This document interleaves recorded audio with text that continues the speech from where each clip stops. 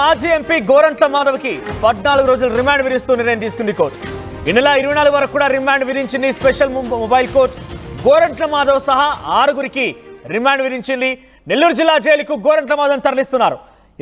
చేబ్రోలు కిరణ్ అనే వ్యక్తి వైఎస్ భారతి పైన మాజీ ముఖ్యమంత్రి వైసీపీ అధినేత జగన్మోహన్ రెడ్డి సతీమణి భారతి పైన చాలా సంచలన వ్యాఖ్యలు చేశారు. కనీసం సభ్య సమాజం కనీసం దాని గురించి ఆలోచించినా కూడా వాటి గురించి మనం కొంత మాట్లాడుకున్నా కూడా అసహించుకునే విధంగా ఆయన మాట్లాడుకొచ్చాడు. అయితే ఆ వ్యాఖ్యలను ఉద్దేశించి పెద్ద ఎత్తున దుమారం రేగింది ఆంధ్రప్రదేశ్ రాష్ట్రంలో.